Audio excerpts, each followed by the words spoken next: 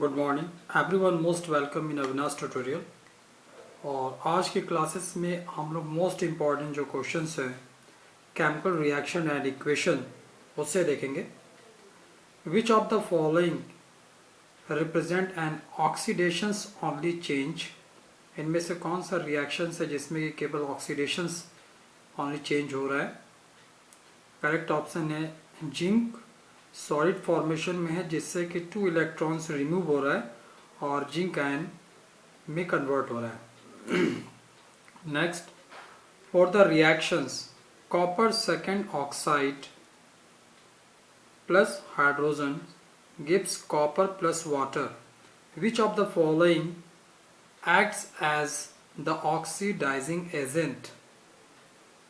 Correct है आपका, यहाँ जो हाइड्रोजन है या हाइड्रोजन ऑक्सीडाइजिंग एजेंट का वर्क कर रहा है। Which ionic equations corresponding to redox reactions. इनमें से कौन सा आयनिक रिएक्शन है जिसमें कि रिडॉक्स रिएक्शन हो रहा है। रिडॉक्स रिएक्शन मतलब जिसमें कि ऑक्सीडेशंस और रिडक्शंस बोथ रिएक्शन होते हैं।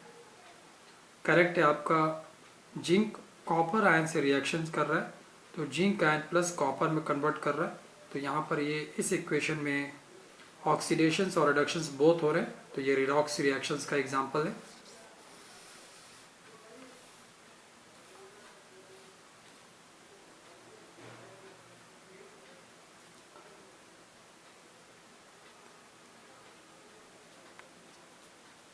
For the following reaction,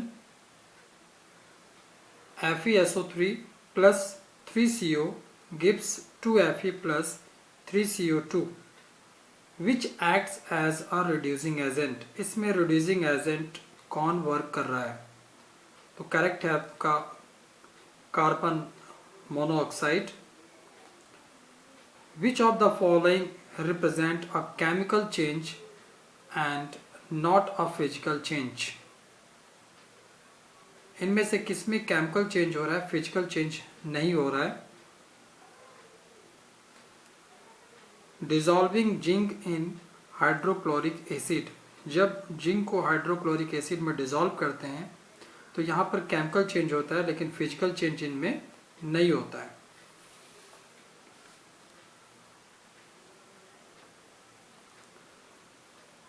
When scrap iron is added to blue sulfate solution, a pink browny deposit is formed and a plain green solution is left above it. The pale green solution is of iron sulfate।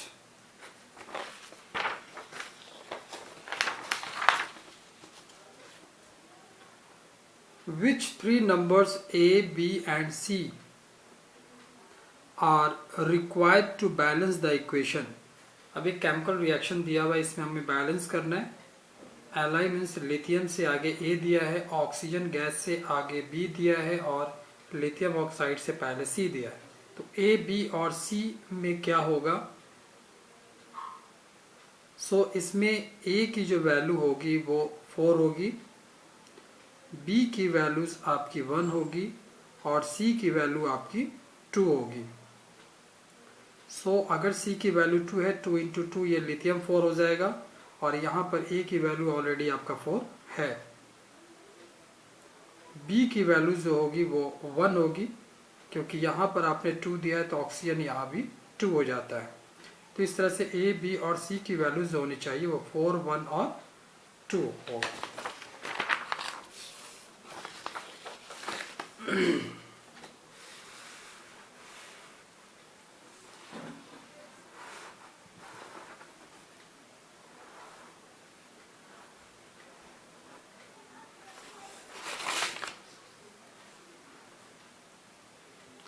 Give the following 4 observations of the reactions of 4 metal। पहला option है metal F and G slowly react with water. Metal H will displace metal G from its chloride salt solution. Metal E will not react with dilute acid. Metal H will not displace metal F from its sulfate salt solutions. What is their reactivity order from the most to the least reactive? यहाँ पर 4 options दिए हुए हैं. इस 4 option में हमें सबसे पहले बताना है, अलग अलग कंडीशन दिए हुए हैं, सबसे ज़्यादा हाई रिएक्टिव कौन सा है और स्लोली उसको डिक्रीजिंग ऑर्डर में बताना है जो कि लेस रिएक्टिव हो. तो इसमें करेक्ट जो ऑप्शन है वो बी का है. हाई रिएक्टिव जो है वो एफ है. नेक्स्ट उसके बाद जो होगा वो एच का कंडीशन आएगा. नेक्स्ट जी का कंडीशन आएगा एंड थर्ड ई का कंडीशन आएगा. तो ये इसका हो जाएगा second part according to reactivity series. Aluminium window frames do not corrode away because aluminum is not reactive enough to form an oxide. Which of this reaction is possible? इनमें से कौन सा रिएक्शन पॉसिबल है? तो इसमें है Fe copper sulphate से reaction कर रहा है तो फेरस सल्फेट और कॉपर फॉर्म कर रहा है. ये एक रिएक्शन आपका पॉसिबल रिएक्शंस है.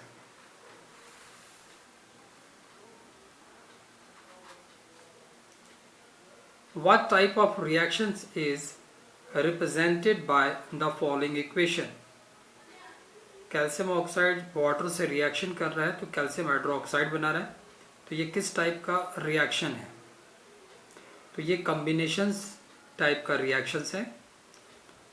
अब इस इक्वेशन को बैलेंस करना. Balance the following equations and choose the correct value of sum of the coefficient of the product CS2 plus Cl2 gives CCl4 plus H2Cl2. Balance the following equations and choose the correct values of sum of the coefficient of the product. तो जो product बन रहा है, equation को balance करने के बाद जो प्रोडक्ट बन रहा है उसके कोफिशिएंट का ऐड कितना होगा. दैट मीन्स कि इसके आगे कुछ नंबर होगा, इसके आगे कुछ नंबर होगा. उन नंबरों को अगर हम ऐड कर लेते हैं तो वो हो जाता है प्रोडक्ट का सम. वो बताना प्रोडक्ट का सम इस इक्वेशन के अकॉर्डिंग क्या होगा. तो यहाँ पर इनके आगे भी 1 होगा, इनके आगे भी 1 होगा, तो आंसर हो जाएगा D2.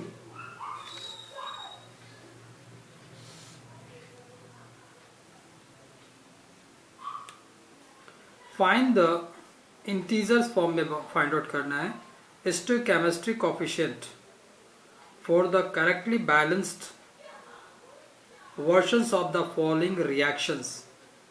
अब एक रिएक्शन जो है आयनिक फॉर्मेशन में है और उसमें हमें इंटीजर फॉर्म में स्टोइकोमेट्रिक कोएफिशिएंट फाइंड आउट करना है जो इसको करेक्टली बैलेंस कर ले. जैसे कि क्रोमियम ऑक्साइड आयन जो है वो रिएक्शन कर रहा है हाइड्रोजन आयन से प्लस आयोडीन आयन से, गिव्स क्रोमियम आयन और water plus iodine ion form कर रहा है. तो इनका सही ऑर्डर में बैलेंसिंग क्या होगा, इनका कोफिशिएंट क्या होगा जो इनके आगे आएगा. जैसे कि क्रोमियम ऑक्साइड के आगे हो गया हाइड्रोजन आयन के आगे हो गया लिथियम के आयोडीन्स के आगे हो गया, क्रोमियम के आगे हो गया, वाटर के आगे हो गया और आपका आयोडीन आयन के जो आगे साइड में होगा. तो उस कोफिशिएंट का ऑर्डर हमें बताना है क्योंकि यहाँ 1 2 3 रिएक्टेंट में है, 1 2 3 प्रोडक्ट में है. तो इसमें भी ऑर्डर जो है वो 6 ऑर्डर है जिसमें फर्स्ट 3 रिएक्टेंट का है और फर्स्ट लास्ट 3 जो है प्रोडक्ट का ऑर्डर है जो बैलेंसिंग में यूज होगा. तो इसमें करेक्ट ऑर्डर होगा आपका 1 14 9 2 7 3.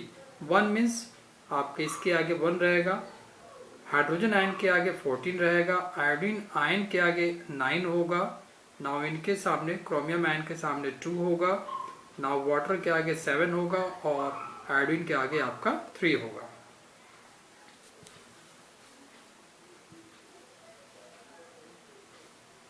Find the integers stoichiometry coefficient for the correctly balanced versions of the following reactions। अब आयोडीन ऑक्साइड्स आयन है, सल्फर ऑक्साइड्स आयन फॉर्मेशन में हाइड्रोजन आयन है, रिएक्शन करके आयोडीन आयन, और S4O7 to minus ion formation में और water form किया।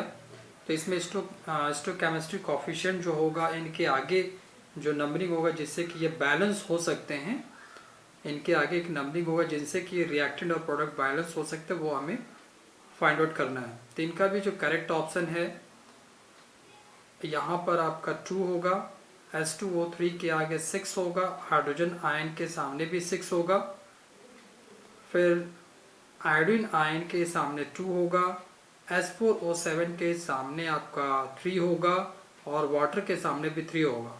तो करेक्ट ऑर्डर हो जाएगा आपका डी, ये डी करेक्ट आपका ऑर्डर हो जाएगा स्टोइकोमेट्री कोफिशिएंट का।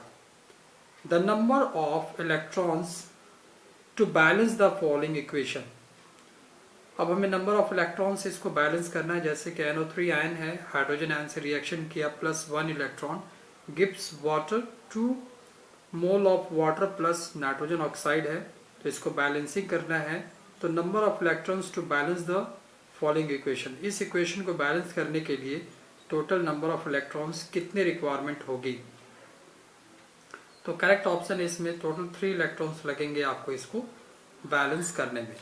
तो आज की क्लासेस में हम लोगों ने 15 मोस्ट इम्पॉर्टेंट क्वेश्चंस जो केमिकल रिएक्शंस एंड इक्वेशन से लिए हुए हैं, और नेक्स्ट क्लासेस भी हमारी जो होगी मोस्ट इम्पॉर्टेंट क्वेश्चन से ही होगी, और इसके ही लेवल को थोड़ा सा इंक्रीज करके उसमें थोड़ा सा बैलेंसिंग ऑफ केमिकल इक्वेशन के बारे में ही वो अगली क्लासेस भी होगी। Thank you.